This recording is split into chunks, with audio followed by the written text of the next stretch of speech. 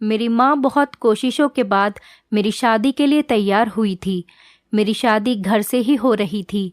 आज मैं बहुत खुश थी और बहुत बेचैनी से अपने होने वाले पति का इंतज़ार कर रही थी।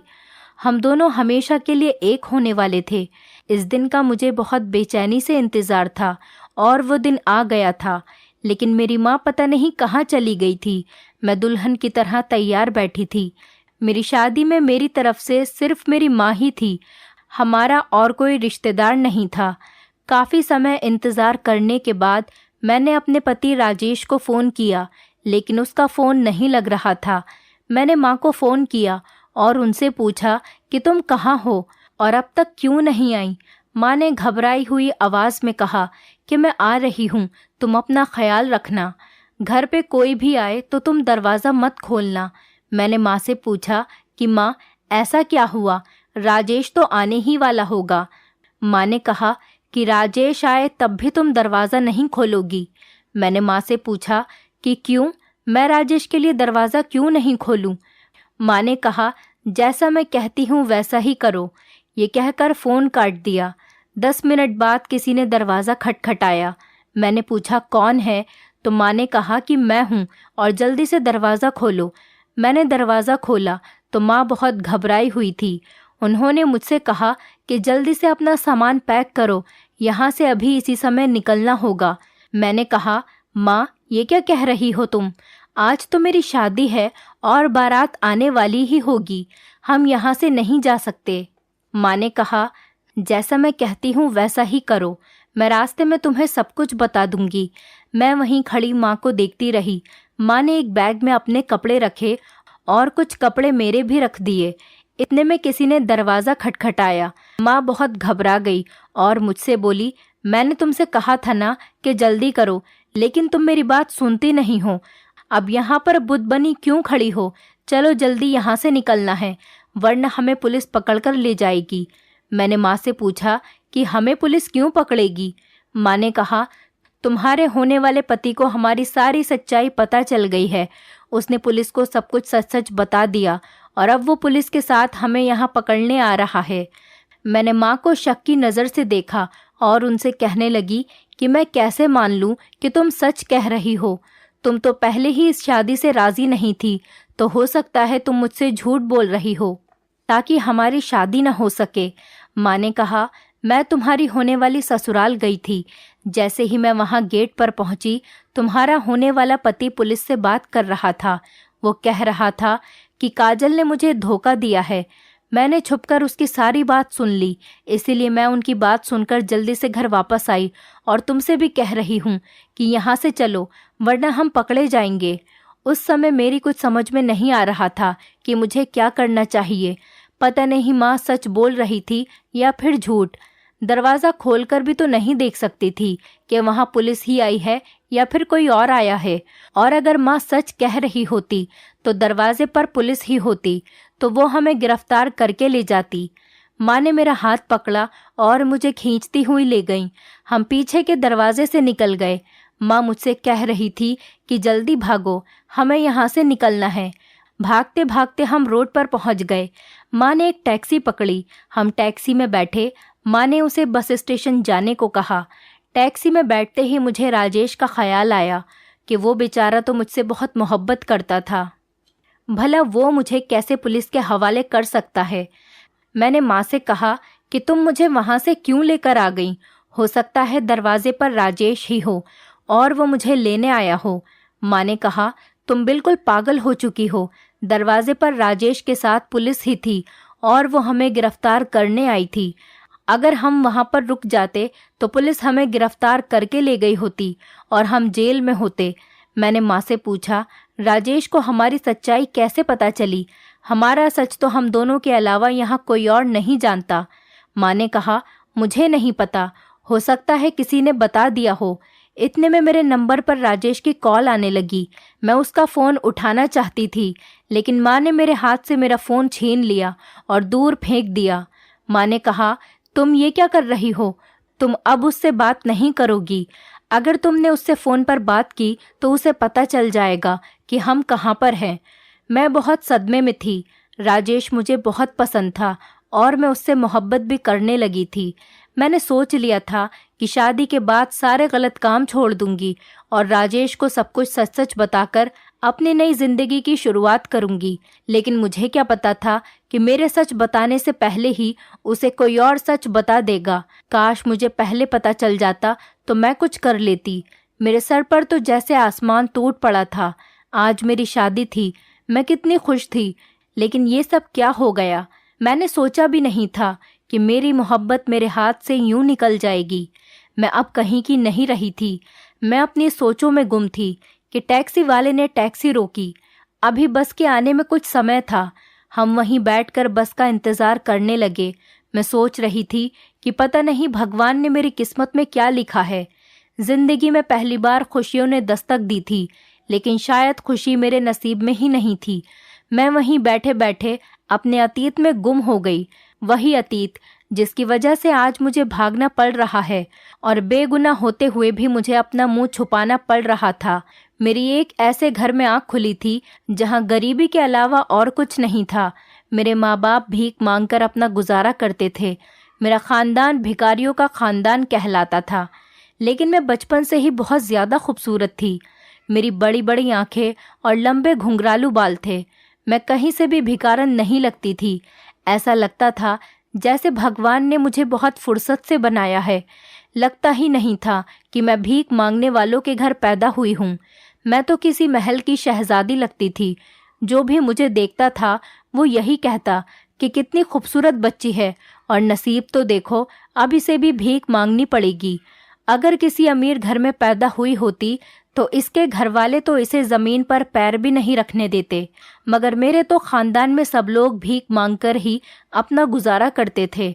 मैं थोड़ी बड़ी हुई तो मैंने अपनी माँ से कहा कि हम लोग भीख क्यों मांगते हैं, हम कुछ और काम भी तो कर सकते हैं जिससे हमारा गुजारा हो सके। मेरी माँ ने कहा, हमारा यही काम है, हम पहले भी भीख मांगकर ही अपना गुजारा करते थे और आगे भी ऐसे ही करेंगे। अब मेरे माँ बाप मुझे भी भीख मांगने भेजने लगे थे। मैं जहाँ भी भीख मांगने जाती थी वहाँ के लोग मुझे देखकर ज़्यादा भीख देने लगे थे। मैं सुबह में भीख मांगने निकलती और शाम तक जब घर वापस लौटती तो मेरे पास बहुत ज़्यादा पैसे आ जाते थे। लोग मुझे खाना कपड़े भी दे दिया करते थे। लेकिन मुझे ये काम बिल्कुल भी पसंद नहीं था और मैं अपनी माँ से कहती थी कि माँ, मुझे ये काम नहीं करना, तुम चाहो तो मुझसे कुछ और काम करवा लो, लेकिन मुझे इस काम में बहुत शर्म आती है। मेरी माँ ने कहा, ठीक है, मैं तुम्हारे लिए कहीं काम की बात कर आऊँगी, तुम घर का झाड़ू पोछा करने चली जाया करो, लेकिन मैं तुम्हें इस काम पर एक ही शर्त पर भेजूंगी कि तुम वहाँ से भी इतना ही पैसा कमा कर लाओगी जितना कि भीख मांगने से कमाती हो। फिर मेरी माँ ने एक घर में मेरे झाड़ू पोछा करने के काम की बात कर ली थी। वो बहुत बड़ा घर था। मेरी माँ वहाँ भीख मांगने जाती थी। उन्होंने मुझे देखकर काम पर रख लिया और कहने लगी कि कल से अपनी बेटी को भेज देना। अब मैंने वहाँ काम पर जाना शुरू कर दिया। एक दिन मैडम के घर में कुछ मेहमान आए। जब उन्होंने मुझे देखा तो वो कहने लगे कि कितनी खूबसूरत लड़की है और काश हमारा भी कोई ऐसा ही खूबसूरत सा बच्चा होता। उनके पास शायद बच्चे नहीं थे। मैं उन्हें चाय देकर वापस अपने काम में लग गई। अगले दिन मैडम ने मेरी माँ को अपने पास बुलाया। उनसे कुछ अलग में बात करने लगी। मैडम से बात करके माँ और मैं घर वापस चले गए। जाकर मेरी माँ पिताजी को बता रही थी कि मैडम ने इस काम के बदले बहुत सारे पैसे देने का वादा किया है। देखना तुम, हम अपनी बेटी से कितना पैसा कमाते हैं। मैं माँ की बात समझ नहीं पाई। वो मेरी खूबसूरती से कैसे पैसा कमाना चाहती हैं। कुछ दिनों बाद माँ ने मुझसे कहा कि वो मेरी शादी करवा रही हैं, लेकिन मैं अभी सिर्फ 15 साल की थी। मैंने माँ से पूछा कि माँ, तुम इतनी जल्दी मेरी शादी क्यों करवा रही हो? माँ ने कहा कि हमारे यहाँ लड़कियों की इतनी जल्दी शादी हो जाती है और मैं तुम्हारी शादी इसलिए भी करवा रही हूँ ताकि तुम मुझे साल भर में बच्चा पैदा करके दे दो। मैंने कहा, माँ, मैं अपना बच्चा तुम्हें क्यों दूंगी? माँ ने कहा, जैसा मैं कहती हूँ वैसा करती जाओ, तुम सब कुछ समझ जाओगी। कुछ दिनों बाद ही मेरी माँ ने मेरी शादी करवा दी। मुझे ये भी नहीं बताया कि मेरी शादी किससे हो रही है। शादी के बाद माँ ने मुझे एक कमरे में भेजा जहाँ पर बहुत अंधेरा था। वहाँ मेरा पति भी था, लेकिन अंधेरे की वजह से मैंने उसे नहीं देखा और ना ही उसने मुझे देखा था। जब सुबह मेरी आंख खुली तो मेरा पति कमरे में नहीं था, मैं वहां अकेली ही थी। जब मैंने अपनी माँ से पूछा तो उन्होंने मुझे बहाना बनाकर टाल दिया। कुछ दिन बाद ही मेरे यहाँ खुशखबरी आ गई। ये सुनकर मेरी माँ बहुत ज़्यादा खुश हुई। मैंने माँ से अपने पति के बारे में पूछा ताकि मैं उसको भी ये खुशखबरी सुना सकूं, लेकिन माँ ने अभी भी मुझे उसके बारे में कुछ नहीं बताया। माँ ने कहा कि तुम फिक्र मत करो, मैं उसे खुद बता दूंगी। माँ ने मेरा पूरे 9 महीने बहुत ख्याल रखा और जब मेरा बच्चा पैदा हुआ तो उसे मेरे पास से ले गईं और जिस घर में मैं साफ सफाई का काम करती थी उन मैडम को देकर आ गईं। उन्हें वो बच्चा अपने उसी रिश्तेदार को देना था जो उस दिन मेरे सामने उनके घर पर आए थे। उन्होंने बदले में माँ को बहुत सारे पैसे दिए। माँ की ये बात मुझे बहुत बुरी लगी थी। मैंने अपनी माँ से झगड़ा किया और कहा कि मुझे मेरा बच्चा लाकर दो, लेकिन मेरी माँ ने मुझे झिड़क दिया और कहा कि मैंने इस बच्चे की वजह से ही तुम्हारी शादी की थी ताकि तुम जल्दी से बच्चा पैदा करो और मैं मालकिन को देकर आ जाऊं।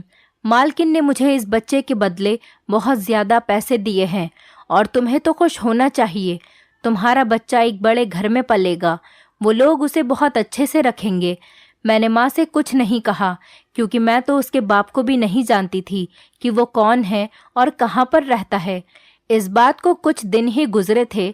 माँ ने मुझसे फिर से कहा कि मुझे तुझसे एक बच्चा और चाहिए, एक और मालकिन है, मुझे उनको देना है। मैंने अपनी माँ को गुस्से में देखा और कहा कि अब मैं कोई बच्चा पैदा नहीं करूँगी, तुम ये काम किसी और से करवा लो। माँ ने कहा अगर उन्हें किसी और का ही बच्चा चाहिए होता तो मैं तुझसे क्यों कहती, उन मैडम को तो तेरे जैसा खूबसूरत गोरा चिट्टा बच्चा चाहिए। उसी रात फिर से मेरा पति मेरे पास आया, लेकिन आज भी कमरे में अंधेरा था। न मैंने उसे देखा था न उसने मुझे आज तक देखा था। मैंने उससे पूछ ही लिया कि तुमने मुझे आज तक देखा नहीं तो तुमने मुझसे शादी क्यों की है? क्या तुम भी मेरी माँ के साथ मिले हुए हो? तुम्हारा भी मकसद सिर्फ बच्चे पैदा करना है? उस लड़के ने मुझसे कहा कि मैंने मजबूरी में आकर तुमसे शादी की है, मुझे पैसों की बहुत ज़रूरत थी। तुम्हारी माँ ने तुमसे शादी करने के लिए मुझे पैसे दिए थे। मैं बहुत मजबूरी में तुम्हारे साथ ये काम कर रहा हूँ। मेरे पिताजी बहुत बीमार हैं और मुझे उनके इलाज के लिए पैसे चाहिए। मैं नहीं चाहता कि मेरे घर वालों को हमारी शादी का पता चले और वो मेरे बारे में कुछ गलत सोचे। मैं कोई ऐसा वैसा लड़का नहीं हूँ, मजबूरियों ने मुझसे ये काम करवाया है, इसलिए मैंने तुम्हें आज तक अपना चेहरा नहीं दिखाया। मैं बुरा इंसान नहीं हूँ, लेकिन मजबूरियों ने मुझे बुरा बना दिया है। अगर मैंने तुम्हें अपना चेहरा दिखा दिया तो तुम सबके सामने मुझे पहचान जाओगी। मैं नहीं चाहता कि हमारा रिश्ता किसी के सामने आए। मैंने उससे कहा कि तुम फिक्र मत करो, तुम मुझे अपना चेहरा दिखाओ। मैंने अगर तुम्हें कहीं देख भी लिया तो मैं तुम्हें पहचानने से भी इनकार कर दूंगी।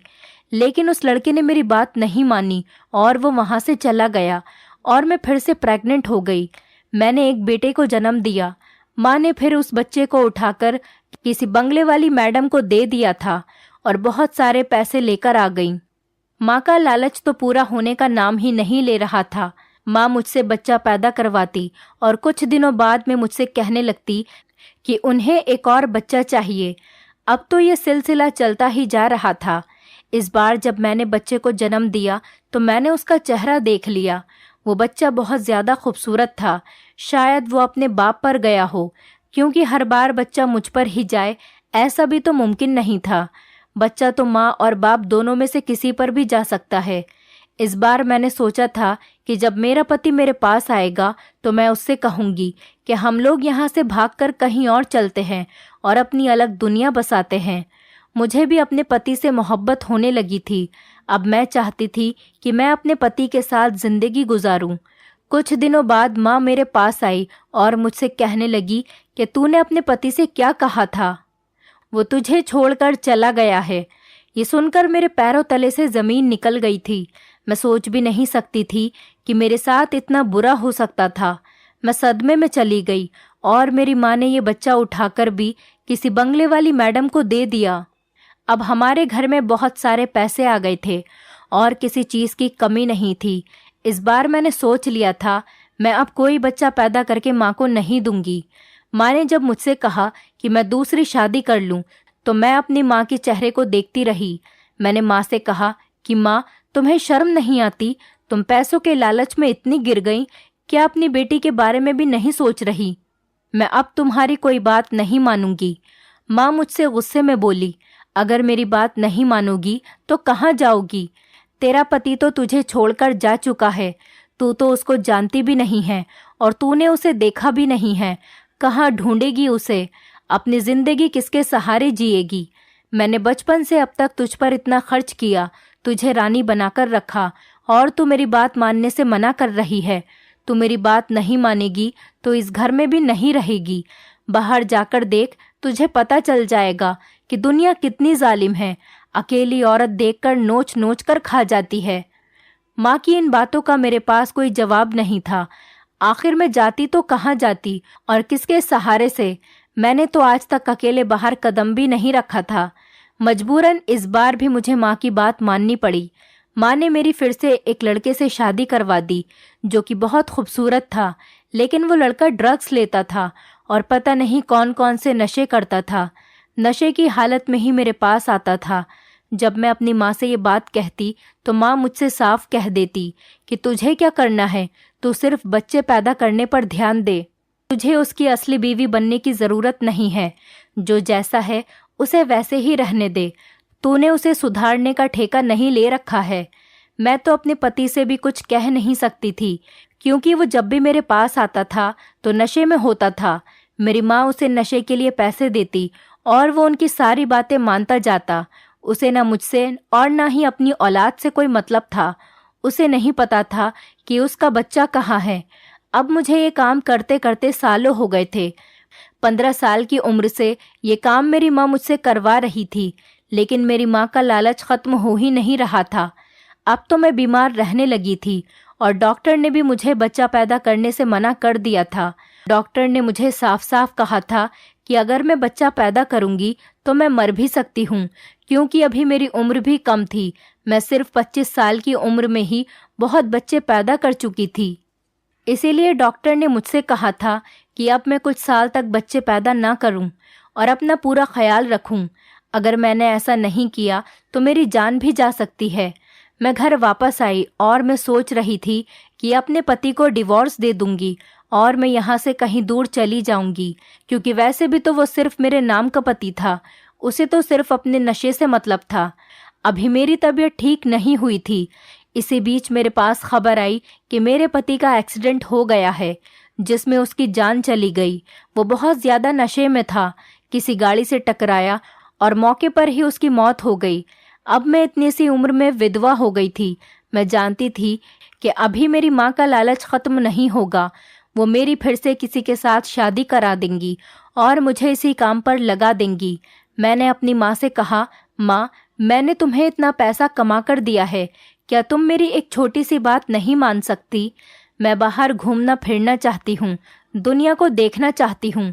वैसे भी अब हमारे पास इतनी दौलत हो गई है कि हम खुद का एक बंगला खरीद सकते हैं। मुझे 1 साल का समय दे दें। मैं इस 1 साल में अपनी ज़िंदगी अपने तरीके से जीना चाहती हूँ। उसके बाद जो तुम मुझसे कहोगी मैं वैसा ही करूँगी। माँ को शायद मेरी बात समझ में आ गई थी, क्योंकि डॉक्टर ने भी कहा था कि अगर मैंने अब बच्चा पैदा किया तो इसमें मेरी जान को खतरा हो सकता है, और माँ मेरी जान का खतरा नहीं ले सकती थी, क्योंकि उन्हें मुझसे अभी और ज़्यादा पैसे कमवाने थे।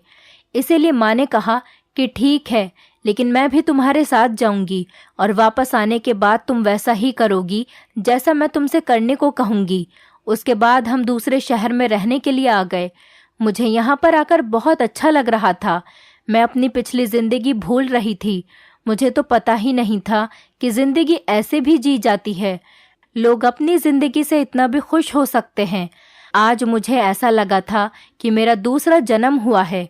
मुझे पहली बार मोहब्बत भी इसी शहर में हुई थी। एक दिन मैं माँ के साथ शॉपिंग करने जा रही थी। रास्ते में मेरी एक गाड़ी से टक्कर हो गई। वहाँ मुझे एक लड़के ने बचाया और मुझे हॉस्पिटल लेकर गया। उसने मेरी पट्टी करवाई। इतने में माँ वहाँ पर आ गई और वो लड़का पता नहीं कहाँ चला गया। मैं तो उसके बारे में सोचती ही रह गई। वो लड़का मुझे बहुत अच्छा लग रहा था। जैसे वो मुझे अपनी गोद में उठाकर हॉस्पिटल लेकर आया, सब कुछ एक सपने के जैसा था। मैं सोच रही थी कि पता नहीं वो मुझे दोबारा मिलेगा या नहीं। हम घर पर आ गए। कुछ दिन मैं घर पर ही रही। बाद में जब मैं शॉपिंग करने गई तो वो लड़का अपनी एक कपड़े की दुकान पर दिखाई दिया। मैं उसके पास चली गई और उसे थैंक यू बोला। उसने मेरी तरफ देखा और मुस्कुरा दिया। मुझसे पूछने लगा, तुम अब कैसी हो? मैंने कहा कि मैं ठीक हूँ। मैंने उससे पूछा कि ये दुकान तुम्हारी है? तो उसने कहा, हाँ ये दुकान मेरी ही है। अभी मैं उससे बात कर ही रही थी कि माँ वहाँ पर आ गई और मुझसे कहने लगी कि तुम यहाँ किससे बात कर रही हो? मैंने कहा, माँ ये वही लड़का है जिसने मेरी जान बचाई थी और मुझे हॉस्पिटल लेकर गया था। इनकी कपड़ों की दुकान है। मैं इनसे कपड़े दिखाने को बोल रही थी।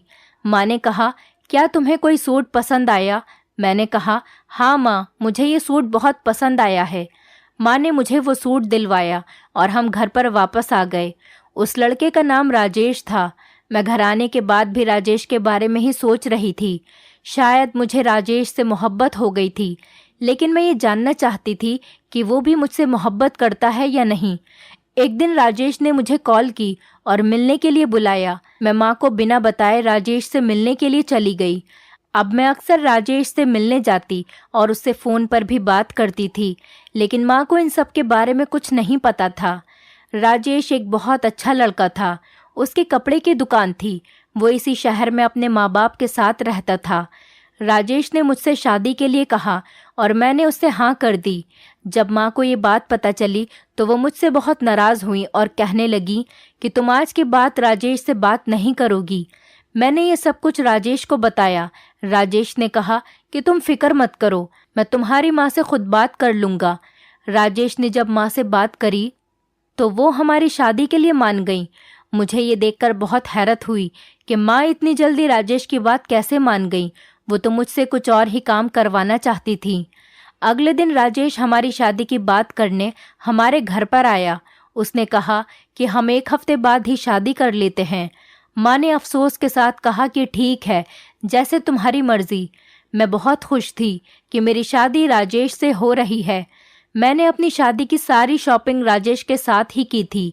मैं राजेश के घर भी गई थी और उसके माता पिता से भी मिली थी। उसके माता पिता भी बहुत अच्छे थे। माँ मुझे इस शादी से खुश नहीं लग रही थी, लेकिन अब मुझे अपने पति के लिए ज़िंदगी जीनी थी। माँ के लिए मैंने बहुत ज़िंदगी जी ली थी। मैंने राजेश को अपने अतीत के बारे में कुछ भी नहीं बताया था और माँ से भी कहा था कि वो राजेश को हमारे बारे में कुछ न बताए। आखिर वो दिन आ ही गया जिसका मैं बेसब्री से इंतज़ार कर रही थी। आज मेरी और राजेश की शादी थी। मैं दुल्हन बनकर राजेश का इंतज़ार कर रही थी। तभी माँ ने आकर मुझे बताया कि राजेश को हमारे बारे में सब कुछ पता चल चुका है और वो हमें धोखाधड़ी के इल्ज़ाम में पुलिस से पकड़वा रहा है। पता नहीं किसने राजेश को सच्चाई बता दी थी और वो हमें पकड़वाने के लिए पुलिस को अपने साथ लाया था। मैं राजेश से बहुत मोहब्बत करती थी और उसकी आंखों में अपने लिए नफरत नहीं देख सकती थी। इसीलिए मैं माँ के साथ वहाँ से भाग कर आ गई। मैंने माँ से पूछा कि माँ बस कब आएगी। माँ भी बहुत बेचैनी से बस के आने का इंतज़ार कर रही थी। इतने में राजेश पुलिस को लेकर वहाँ पहुँच गया। मैं राजेश से नज़रें नहीं मिला पा रही थी। माँ ने भागने की कोशिश की, लेकिन पुलिस ने उन्हें पकड़ लिया और उनके हाथ में हथकड़ी पहना दी। लेकिन हैरत की बात थी कि पुलिस ने मुझे हथकड़ी नहीं पहनाई थी। राजेश पुलिस वालों से कहने लगा कि आप इन्हें लेकर आगे चलिए, मैं अपनी होने वाली पत्नी के साथ पीछे आता हूँ। राजेश की ये बात सुनकर मैंने उसके चेहरे की तरफ देखा। मैं उससे कोई सवाल करती, इतनी हिम्मत मेरे अंदर नहीं थी। मैं सोच रही थी कि हो सकता है कि मेरी मोहब्बत ने राजेश को पिघला दिया हो और उसने मुझे माफ़ कर दिया हो। राजेश ने मुझे गाड़ी में बिठाया और हम पुलिस स्टेशन की तरफ जाने लगे। रास्ते में मुझे अजीब अजीब ख्याल आ रहे थे। मैं राजेश की तरफ देखती, लेकिन उससे कुछ पूछने की हिम्मत नहीं होती। आखिर पूछती भी तो किस मुंह से। मैंने राजेश से अपना इतना बड़ा सच जो छुपाया था। मैं सज़ा की हकदार थी। हम पुलिस स्टेशन पहुँचे तो माँ कह रही थी कि मुझे क्यों गिरफ्तार किया है और मेरा कसूर क्या है। तब राजेश ने कहा कि तुम्हें अरेस्ट किया गया है छोटे बच्चों को बेचने के जुर्म में, पैसों के लालच में, अपनी 15 साल की बच्ची का बचपन बर्बाद करने के जुर्म में। मैंने हैरत से राजेश की तरफ देखा और उससे पूछा कि तुम्हें ये सब कैसे पता चला। उसने मुझे बताया कि उस दिन दुकान पर मैंने तुम्हारी माँ को पहचान लिया था, लेकिन मैंने और तुम्हारी माँ ने तुम्हें बताया नहीं था। मैं बहुत गरीब था। मेरे पिताजी नौकरी करके घर चलाते थे, लेकिन मेरे पिताजी के एक्सीडेंट के बाद पूरे घर की जिम्मेदारी मुझ पर आ गई। इसीलिए मैंने काम करना शुरू कर दिया था। कभी मुझे काम मिल जाता तो कभी नहीं मिलता। उसी बीच मेरी मुलाकात तुम्हारी माँ से हुई। उसने मुझसे कहा कि तुम्हारे लिए एक काम है, इसके बदले में मैं तुम्हें पैसे दूंगी। मैंने पूछा कि क्या काम है?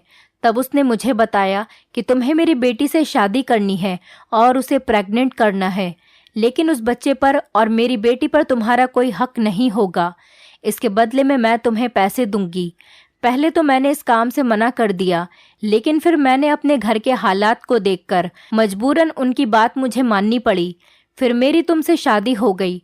मुझे तुम पर बहुत तरस आता था, लेकिन मैं सोचता था कि शायद तुम भी अपनी माँ के साथ मिली हुई हो। बच्चे होने के बाद मुझे तुमसे मोहब्बत हो गई और मैंने तुम्हारी माँ से कहा कि मैं तुम्हें अपने साथ अपने घर पर अपनी दुल्हन बनाकर लेकर जाना चाहता हूँ और अपनी ज़िंदगी इज्जत के साथ जीना चाहता हूँ। लेकिन तुम्हारी माँ ने साफ साफ मना कर दिया और कहा कि तुम मुझसे डिवोर्स लेना चाहती हो।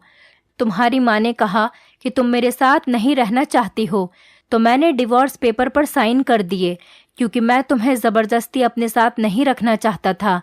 लेकिन मैं ऐसे बच्चे पैदा करके छोड़ भी तो नहीं सकता था। इसीलिए मैंने तुमसे दूर जाने का फैसला कर लिया और यहाँ इस शहर में आकर काम करने लगा। मैंने दिन रात मेहनत की और अपनी दुकान खरीद ली, लेकिन मैं तुम्हें नहीं भूल पाया था। भगवान से बस यही दुआ करता रहता था कि तुम मुझे मिल जाओ, और आखिर एक दिन तुम मुझे मिल ही गई। जब मैंने तुम्हारी माँ से तुमसे शादी के लिए कहा तो वो मुझे पिछली शर्तों पर ही अपना दामाद बनाने को राजी हो गई। लेकिन अब मैं पहले की तरह मजबूर नहीं था, इसलिए तुम्हारी माँ चाहती थी कि किसी तरीके से हमारी शादी न हो, वो तुमसे ऐसे ही पैसा कमाती रहे। इसीलिए मैंने पुलिस को सारी बात बता दी। मैं पुलिस को सब कुछ बता रहा था तो तुम्हारी माँ ने सुन लिया और वो तुम्हें लेकर भाग रही थी। इसलिए हम तुम्हारा पीछा करते हुए यहाँ तक पहुँचे हैं। राजेश की सारी बात सुनकर मुझे पता चला कि राजेश ही मेरा पहला पति था। ये सुनकर मुझे बहुत खुशी हुई, लेकिन मैंने राजेश से कहा कि मेरी माँ अब जेल में ही रहेगी। राजेश ने कहा कि तुम फिक्र मत करो, जब तक इन्हें अपने किए का एहसास नहीं हो जाता तब तक ये जेल में ही रहेंगी और फिर मैं इन्हें निकलवा दूंगा। उसी दिन राजेश की और मेरी मंदिर में शादी हो गई। राजेश और मैं एक साथ बहुत खुश थे। मैंने भगवान का शुक्रिया किया कि उसने मुझे नर्क वाली ज़िंदगी से निकाल कर इतने अच्छे पति का साथ दिया। दोस्तों, उम्मीद करती हूँ आपको हमारी कहानी पसंद आई होगी। कहानी पसंद आई है तो वीडियो को लाइक करें, चैनल पर नए हैं तो चैनल को सब्सक्राइब करें और हाँ, नोटिफिकेशन बेल को ज़रूर दबाएं ताकि अगली अपडेट सबसे पहले आपको मिले।